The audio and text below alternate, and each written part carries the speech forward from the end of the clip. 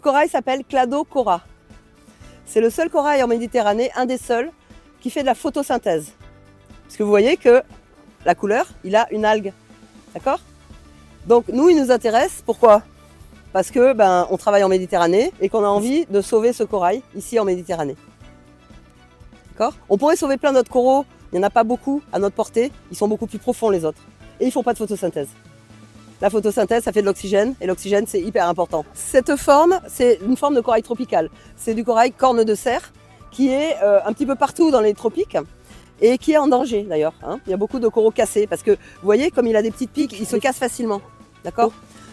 Sous l'eau, on a des coraux qui sont beaucoup plus pleins de vie, avec des algues, etc.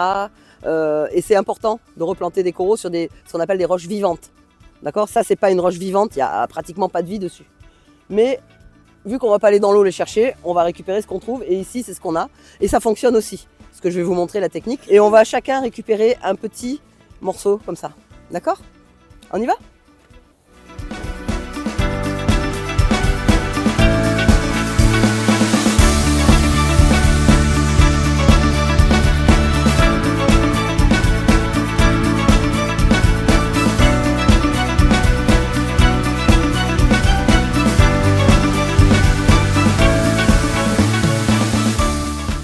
Merci beaucoup. Alors, j'ai mes petits coraux, j'ai mon caillou, j'ai ma colle. Et vous voyez, j'ai des petits morceaux qui sont déjà cassés. Donc ça, c'est ce qu'on trouve sous l'eau.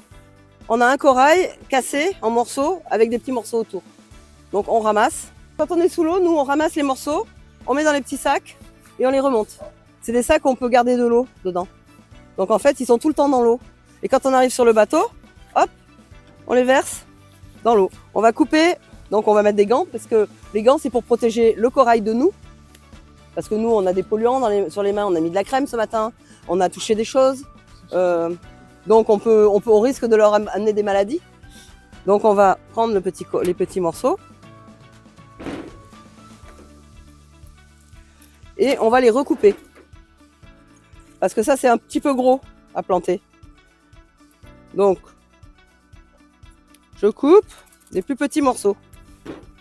Ensuite, on a deux instruments. On a la colle et un petit produit qu'on fabrique nous-mêmes, qu'on appelle catalyseur. Ça, c'est totalement naturel. C'est fait avec une grosse partie de corail mort. D'accord? Regardez bien parce qu'après, vous allez le faire. Donc, je mets un petit peu de colle. Ensuite, je mets la potion magique. Je me mets au-dessus.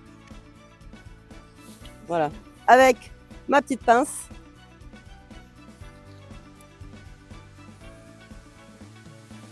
Mon petit morceau de corail. Et à la fin, je vais mettre un petit peu d'eau pour faire durcir la colle. Et je le remets dans l'eau, puisqu'il va retourner dans l'eau. Il ne faut pas qu'il reste trop longtemps dehors. Lâche. Bravo!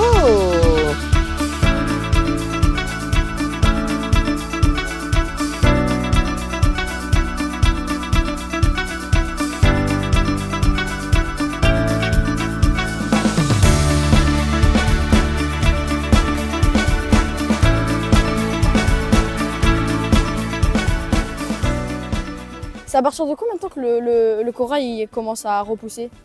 Alors, en un mois, la colle va disparaître et le corail va repousser tout de suite. Ah, il va très rapidement. Donc, il a un mois en gros pour repousser, pour se fixer lui-même.